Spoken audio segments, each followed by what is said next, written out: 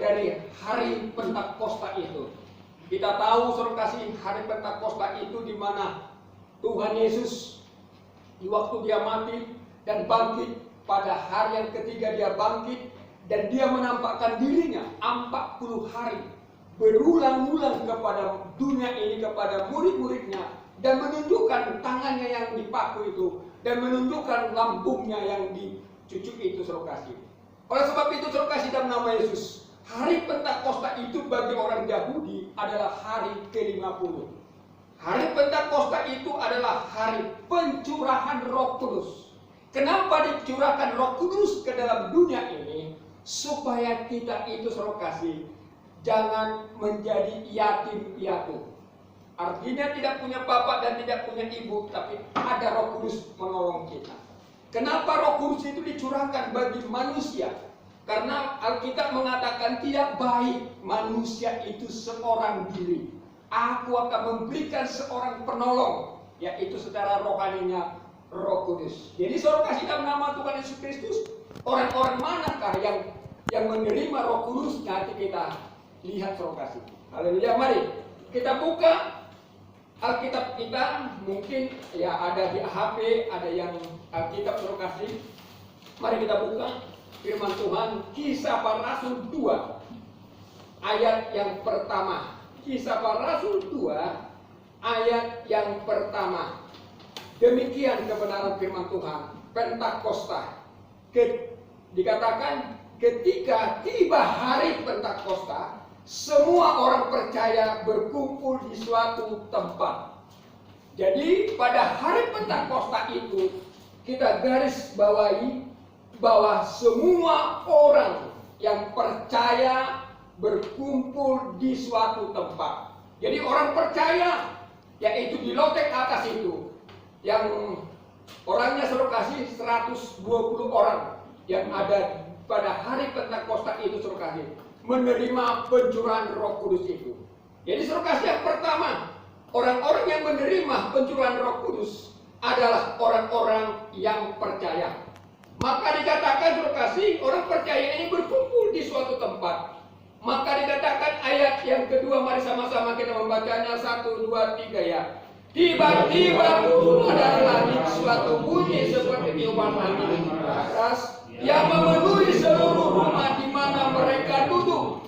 Begitu orang percaya itu berkumpul, 120 orang di lotek atas itu saudara kasih, dan mereka merasakan ada tiupan angin yang keras dan memenuhi ruangan itu. Bayangkan saudara kasih, kalau di tempat ini ada tiupan angin yang keras dan memenuhi ruangan ini, kita akan merasakan ada angin yang keras. Dan angin yang keras ini adalah lambang daripada Roh Kudus.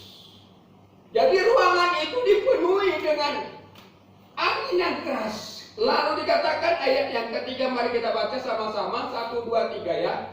Dan tampaklah kepada mereka lidah-lidah seperti nyala api yang bertebaran dan hingga pada mereka masing-masing.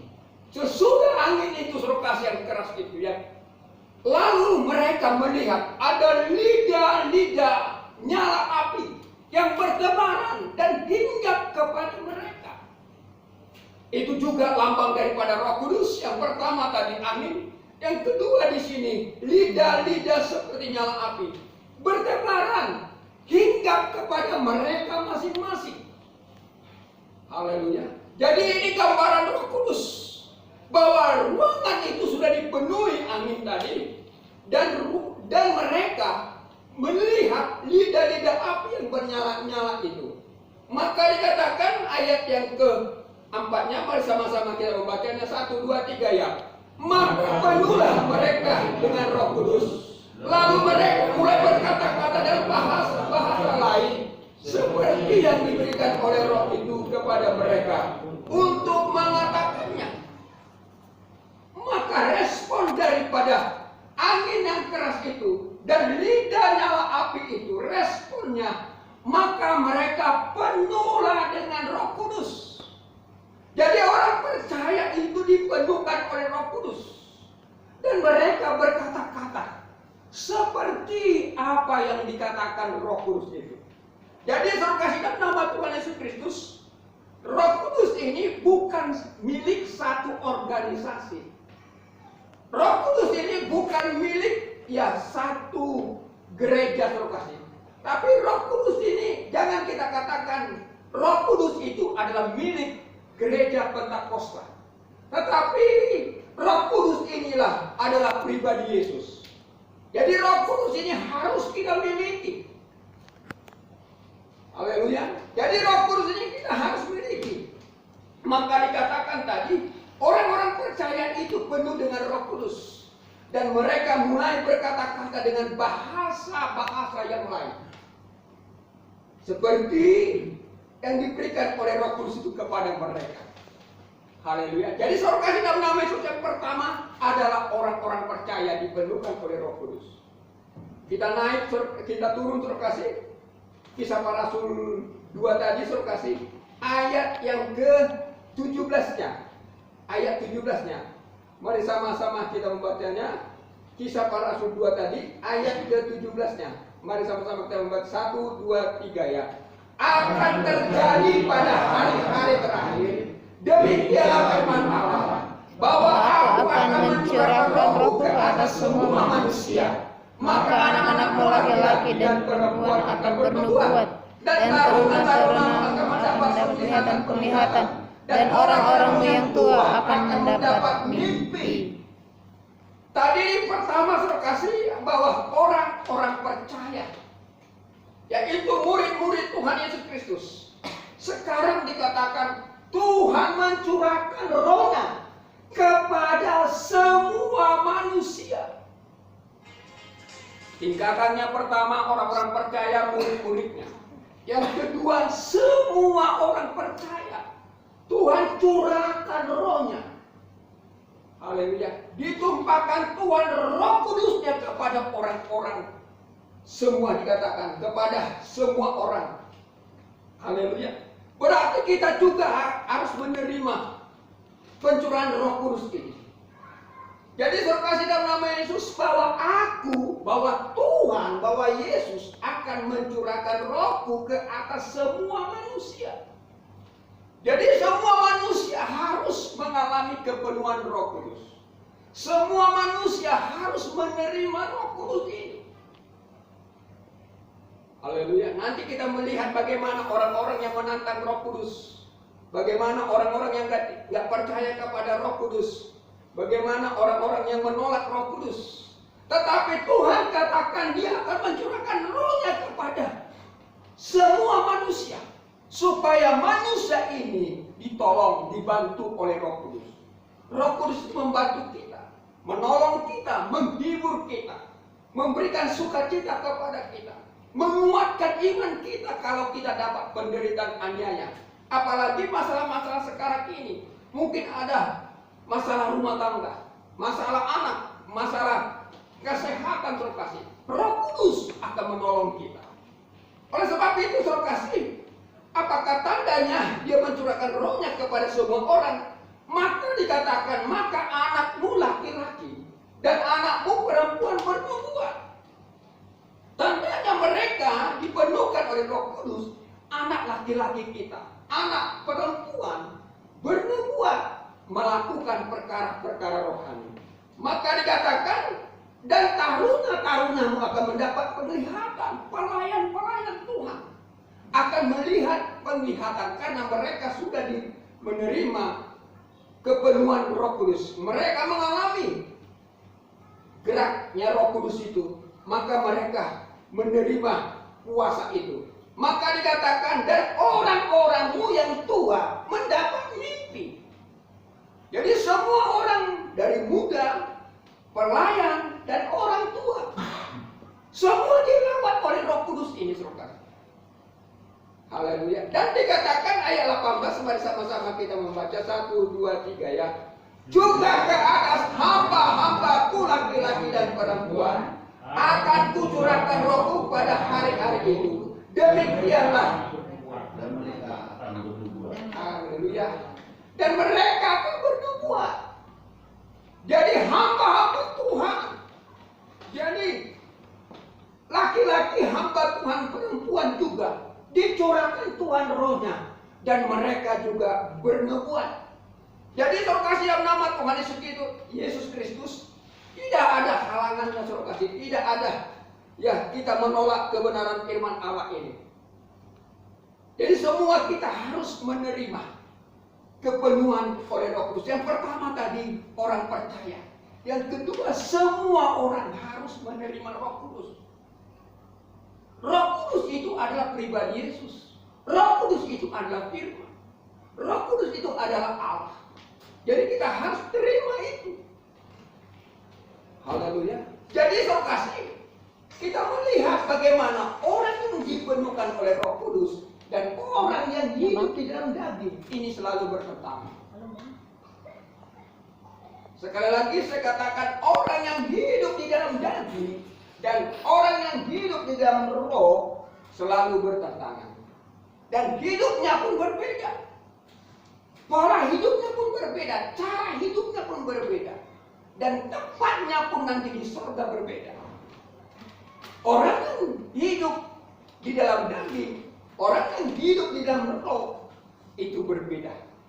Mari kita melihat Roma 8 ayat 5-nya. Roma 8 ayat 5-nya, mari sama-sama kita membacanya 1, 2, 3 ya. Sebab mereka yang hidup menurut daging memikirkan hal-hal yang dari daging. Mereka yang hidup menurut roh memikirkan hal-hal yang dari roh. Haleluya. Jadi orang yang hidup di dalam daging memikirkan hal-hal yang daging. Berarti dosa yang dilakukan. Berarti kejahatan yang dilakukan. Tetapi orang-orang yang hidup menurut roh itu yang dipikirkannya firman Tuhan. Yang dipikirkannya bagaimana dia melakukan kebenaran firman Allah. Jadi beda dengan hidup di dalam daging, beda dengan hidup di dalam roh. Sangat bertentangan. Hidup di dalam daging, hal-hal yang daginglah yang dilakukannya. Hidup di dalam roh, perkara-perkara sorga, perkara-perkara firman Allah yang dilakukannya. Haleluya. Gayanya pun lain ini, hidup di dalam daging ini dan hidup di dalam roh ini. Haleluya. Gaya hidup di dalam daging ini selalu mukanya serapi, selalu menantang. Tapi orang yang hidup di dalam roh ini sukacita. Haleluya. Seperti ya Pak Joni buat film itu suruh kasih kalau ditampar pipi kiri kasih pipi kanan. Kalau orang yang hidup di dalam roh, walaupun dia dimaki, walaupun dicaci, dia senyum saja. Karena dia hidup di dalam roh. Jadi suasana saja, muka saja, gaya saja pun sudah lain. Maka dikatakan kalau kita hidup di dalam daging, maka perkara-perkara daging yang kita lakukan, kita tahu perkara-perkara daging ini sangat bertentangan kepada kebenaran firman Allah. Tetapi perkara-perkara roh sangat Tuhan ya memberkatinya. Maka kita melakukan kebenaran firman Allah. Jadi terus kasih kehendak daging dan kehendak roh itu. Maka dikatakan ayat 6, mari sama-sama kita membacanya 1, 2, 3 ya. Karena keinginan daging adalah maut, tetapi keinginan roh adalah hidup dan damai sejahtera. Jadi keinginan daging itu adalah maut. Artinya dihukum, artinya masuk dalam neraka. Kalau kita hidup di dalam keinginan daging. Tetapi kalau kita hidup di dalam roh dikatakan ada kehidupan, ada damai sejahtera. Mana yang saudara pilih? Haleluya. Kalau saudara mengatakan aku nggak tahu, aku di tengah-tengah, kita salah arah. Kita harus hidup di dalam roh. Karena dikatakan kalau kita hidup di dalam daging adalah maut, kematian, tidak ada kehidupan. Tetapi kalau kita hidup di dalam roh, ada kehidupan, ada damai sejahtera. Haleluya. Itulah kuasa Roh Kudus itu yang kita terima daripada Tuhan itu terkasih. Lalu dikatakan ayat 7-nya, mari sama-sama kita membacanya 1, 2, 3 ya. Sebab keinginan daging adalah perseteruan terhadap Allah, karena ia tidak takluk kepada hukum Allah. Hal ini memang tidak mungkin bagimu. Sampai lebih dalam lagi, kalau kita hidup di dalam daging, berseteru kita kepada Allah. Haleluya. Sedangkan manusia dengan manusia saja berseteru, sudah gak enak perasaan kita. Apalagi kita karena kehendak daging. Kita bermusuhan kepada Allah. Karena apa kita bermusuhan kepada Allah? Karena kita tidak takluk kepada kebenaran firman Allah. Jadi orang-orang yang hidup di dalam daging ini, saudara kasih, perseteruan dengan Allah. Lebih dalam lagi, saudara kasih, orang-orang yang hidup dalam daging tidak takluk kepada kebenaran firman Allah. Haleluya. Jadi saudara kasih, dalam nama Yesus Kristus, kita harus hidup di dalam roh. Jangan lagi hidup di dalam daging. Lalu dikatakan ayat yang ke-8-nya, mari sama-sama kita membacanya 1, 2, 3 ya. Mereka yang hidup dalam daging tidak mungkin berkenan kepada Allah. Wah, lebih gawat lagi saudara kasih. Kalau kita hidup di dalam daging, pada hari Pentakosta ini mari kita hidup di dalam roh. Maka dikatakan ayat 8, mereka yang hidup di dalam daging tidak mungkin berkenan kepada Allah. Tidak mungkin berkenan kepada Allah. Allah pun tidak berkenan kepadanya. Haleluya. Supaya apa? Supaya manusia ini hidup di dalam roh. Jangan lagi hidup di dalam daging. Haleluya. Dan orang bertanya, kita ini kan masih hidup di dunia ini, harus melakukan apa kehendak daging ini? Makan, minum. Tetapi saudara kasih dalam nama Yesus, kalau kita dipimpin oleh roh, kita yang menguasai kehendak daging ini. Jangan kehendak daging itu menguasai kita. Tadi sudah jelas dikatakan yang pertama saudara kasih, kalau kita itu hidup di dalam daging, maka perkara-perkara daging yang kita lakukan. Kalau kita hidup di dalam daging, maka maut yang menjemput kita. Kalau kita hidup di dalam daging, kita berseteru dengan Allah. Kalau kita hidup dalam daging, kita tidak berkenan kepada Allah. Haleluya. Dengan apakah kita mengalahkan daging ini? Dengan kuasa daripada Roh Kudus. Dengan apakah kita mengalahkan daging ini? Kita selalu beribadah kepada Tuhan. Beribadah dengan benar. Memuji dan memuliakan Tuhan. Maka lebih apalagi saudara kasih ayat 9-nya. Mari sama-sama kita membacanya 1, 2, 3 ya. Tetapi kamu tidak hidup dalam daging, melainkan dalam roh. Jika memang roh Allah diam di dalam kamu. Tetapi jika orang tidak memiliki roh Kristus, ia bukan milik Kristus. Haleluya. Dikatakan saudara kasih memang kita hidup di dalam daging. Tapi kita tidak hidup dalam roh. Di dalam daging itu. Tapi kita hidup di dalam roh. Sekali lagi saya bacakan ayat 9-nya. Tetapi kamu tidak hidup di dalam daging, melainkan di dalam roh. Jika memang roh Allah diam di dalam kamu. Haleluya. Jadi kita yang menjinakkan daging kita ini. Jangan daging kita ini mengembalakan kita. Jangan daging kita ini menawan pikiran hati kita. Tapi dalam daging kalau kita tidak mempunyai roh, kalau kita tidak mempunyai Roh Kudus, kita tidak milik Kristus. Jadi harus gak ada mudah-mudahan, gak ada tawar-tawar sama Tuhan. Kalaupun kita selalu menawar-nawar barang, tetapi kalau ini tidak bisa tawar-menawar. Harus, kalau nggak mau menerimanya, mau. Kalau nggak mau menerima Roh Kudus, kita berseteru kepada Allah. Kalau kita tidak menerima Roh Kudus, kalau kita hidup dalam daging, kita tidak berkenan kepada Allah. Haleluya. Jadi yang pertama tadi saya kasih dalam nama Yesus, bahwa orang percaya itu dipenuhkan oleh Roh Kudus. Dan yang kedua dikatakan bahwa semua orang harus menerima Roh Kudus. Dan kita sudah melihat bagaimana hidup di dalam daging dan hidup di dalam roh. Sekarang pengalamannya kepada diri kita. Pribadi lepas pribadi harus menerima Roh Kudus. Tadi kita sudah melihat orang percaya. Kita sudah mendengar surkasi, semua orang dipenuhkan oleh Roh Kudus. Dan kita sudah mendengar hidup di dalam daging dan hidup di dalam roh. Sekarang pribadi kita, ini kita harus terima.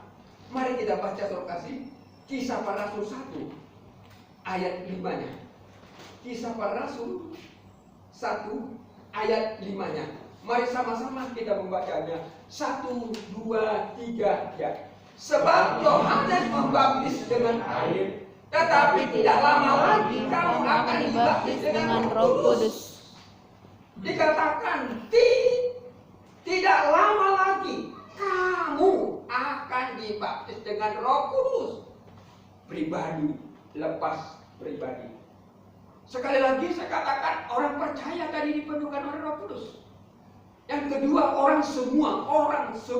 semua manusia dipenuhkan oleh Roh Kudus. Sekarang kamu, tidak lama lagi kamu akan dibaptis dengan Roh Kudus.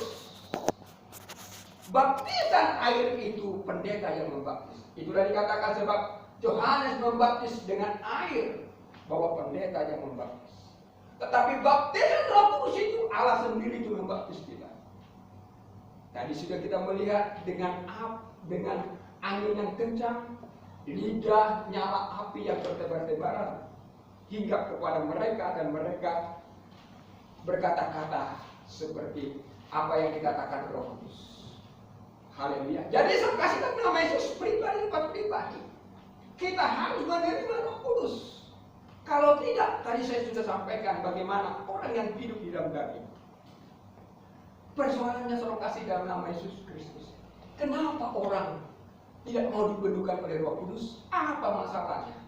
Mari kita melihat. Poin yang pertama, manusia itu tidak mau menerima Roh Kudus. Mari kita baca Judas 1 ayat yang ke-19-nya. Judas 1 ayat 19-nya, mari sama-sama kita membacanya. 1, 2, 3 ya. Mereka adalah pemecah belah yang dikuasai hanya oleh keinginan-keinginan dunia ini dan yang hidup tanpa Roh Kudus. Ini kenapa mereka tidak dipenuhkan oleh Roh Kudus? Mereka adalah pemecah belah. Istilah orang Bataknya sibola buta. Membawa orang bertengkar, rumah tangga ini sama rumah tangga ini. Dia buat pertengkaran.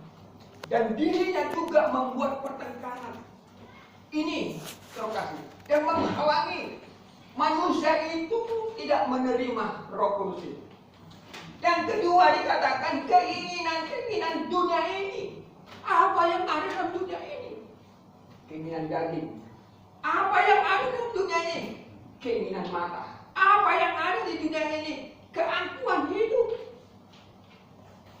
Ini yang menolak kita menerima Roh Kudus itu. Tadi dikatakan bahwa pribadi lepas pribadi kita harus menerima Roh Kudus itu. Tetapi karena kita memecah belah, si bola buta dikatakan, dalam perusahaan dia menggauli, meributi. Ini enggak layak untuk menerima Roh Kudus. Dan juga pikirannya, hidupnya keinginan daging, keinginan mata, keangkuhan hidup. Keinginan daging kita sudah tahu, dosa yang dilakukan. Keinginan mata, semua barang-barang dilihatnya mau dibelinya. Dan keangkuhan hidup, hidupnya naik ke atas surkasi. Haleluya. Dan dikatakan surkasi, dan yang hidup tanpa Roh Kudus. Hidup tanpa Roh Kudus. Kenapa hidup tanpa Roh Kudus? Pemecah belah, keinginan daging. Haleluya. Yang kedua surkasi, kenapa manusia ini tidak mau menerima Roh Kudus? Kenapa dia menolak Roh Kudus? Yang kedua, mari kita baca Kisah Para Rasul 1 ayat yang ke-51-nya. Kisah Para Rasul 7 ayat 51-nya. Yang kedua surkasi, orang menolak menerima Roh Kudus itu. Mari sama-sama kita membacanya. 1, 2, 3 ya. Hai orang-orang yang keras kepala, dan yang tidak bersunat hati dan telinga. kamu selalu menantang Roh Kudus, sama seperti nenek moyangmu, demikian juga kamu. Yang kedua, saudara kasih, orang-orang yang keras kepala. Kita tahu orang-orang keras kepala ini mau perkataannya saja, mau keinginannya. Kalau enggak mau keinginannya, perkataannya dituruti, buat pertengkaran. Yang kedua dikatakan hatinya yang tidak tersunat, keras kepala, yang tidak bersunat hati. Gak pernah hatinya diterangi oleh kebenaran firman Allah. Yang ada sakit hati, akar pahit, pendendam, tidak layak untuk menerima Roh Kudus. Lalu telinganya juga tidak disunat. Arti sunat itu seperti terlepas daripada dosa. Kita harus lepas daripada dosa. Kita harus melepaskan dosa itu dalam kehidupan kita. Tetapi hatinya tidak mau disunat. Hatinya tidak pernah disunat.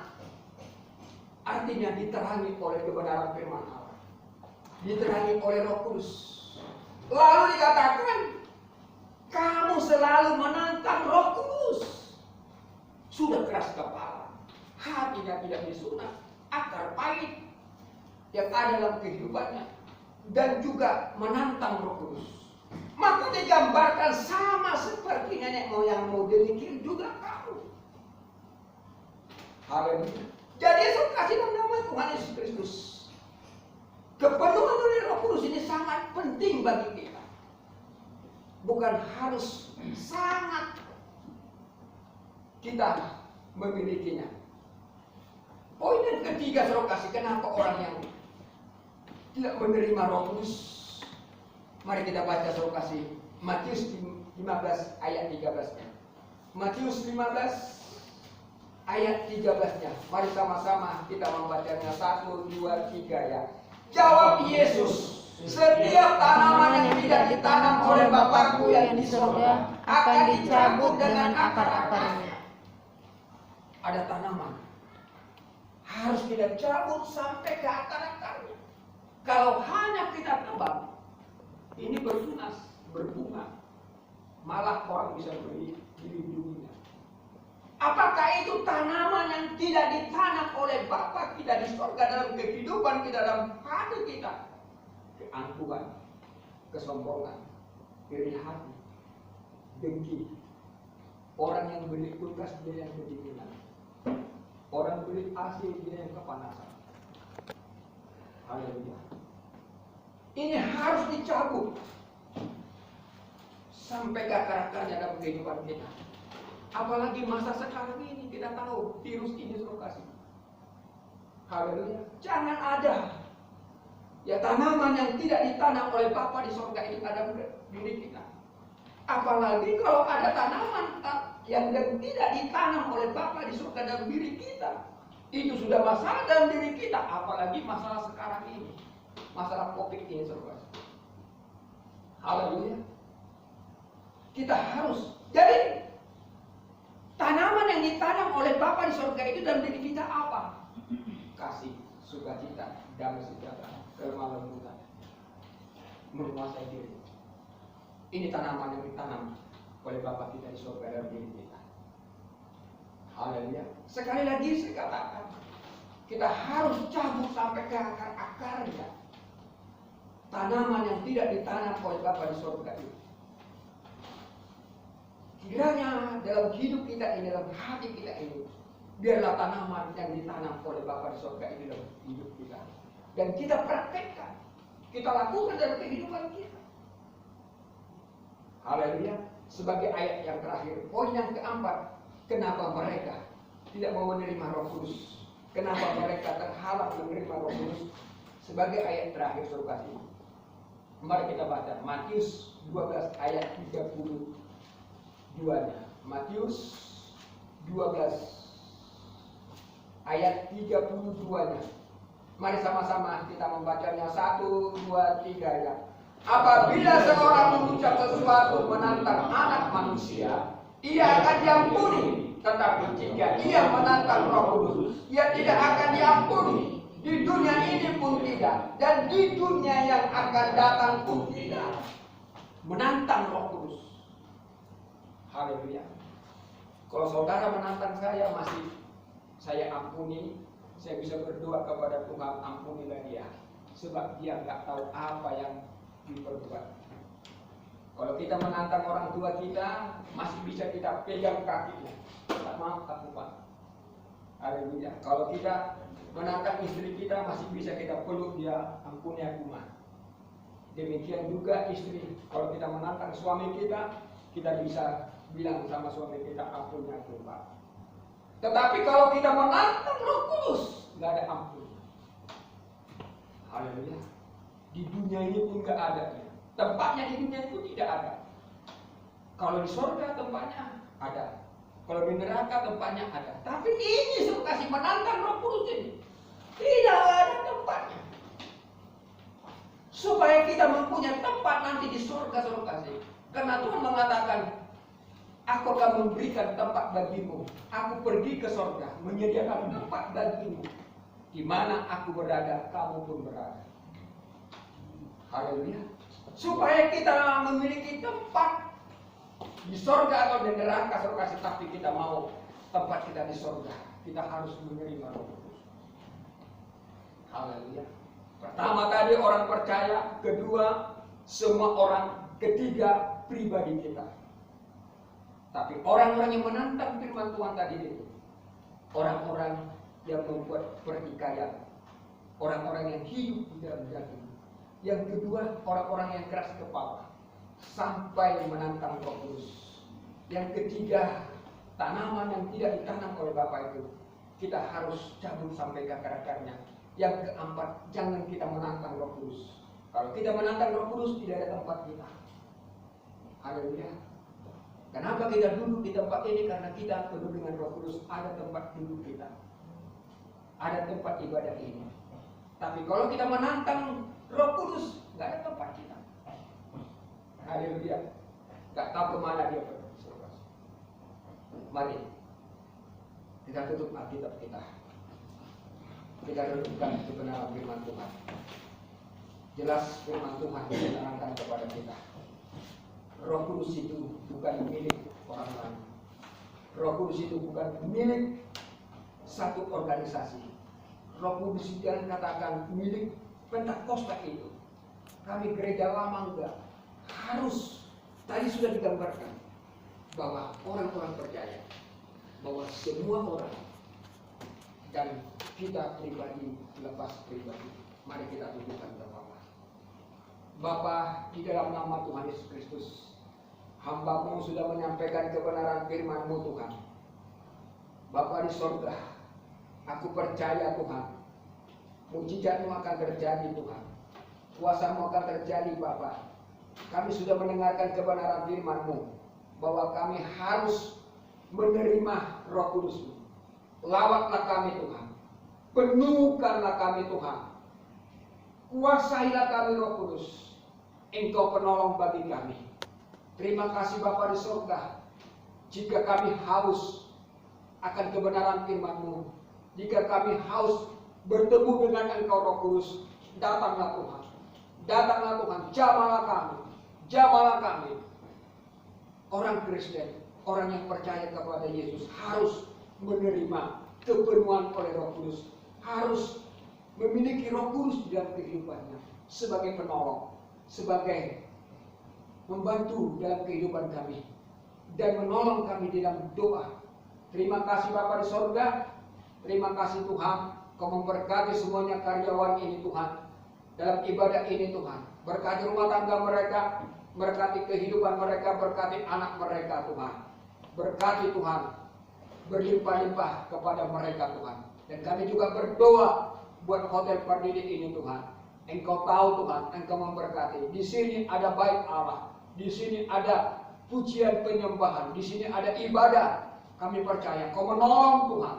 Kiranya Tuhan antarkan tamu-tamu datang menginap Tuhan di Hotel Pardidi ini. Kami percaya kamar-kamar akan terbuka, kamar-kamar akan diisi oleh tamu-tamu yang membutuhkan penginapan di tempat ini Tuhan. Dan mereka merasakan suasana surgawi. Mereka merasakan suasana aman, tentram, dan ramah semuanya pegawai-pegawainya Tuhan.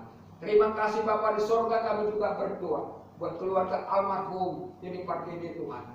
Kami berdoa buat hamba-Mu Bapak Evangelis Doni Pardede. Engkau mengurapinya, Engkau memakainya, Engkau Tuhan selalu menyertainya. Urapi dia, pakai dia Tuhan. Berikan kesehatan panjang umur. Terima kasih Bapa di surga, 9 mereka bersaudara. Kami serahkan dalam tangan-Mu Tuhan. Dan kami juga Tuhan, dan karyawan ini juga semuanya Tuhan mau bekerja. Tolong berikan hikmat, berikan pengetahuan, berikan Tuhan akal budi yang daripada-Mu. Terima kasih Bapa di surga. Berkatilah kami Tuhan. Berkat materi, berkat jasmani. Limpahkan itu kepada kami Tuhan. Terima kasih Bapa surga. Pada angkat tangan-Mu, arahkanlah hati kita. Dan terimalah berkat daripada Tuhan kita Yesus Kristus. Kasih daripada Allah Bapa. Anugerah daripada Tuhan kita Yesus Kristus. Serta persekutuan daripada Roh Kudus menyertai kita. Hari ini, besok, sampai Maranatha. Tuhan menjemput orang-orang yang percaya. Mari kita bersama-sama mengatakan Amin. Amin. Tuhan Yesus memberkati.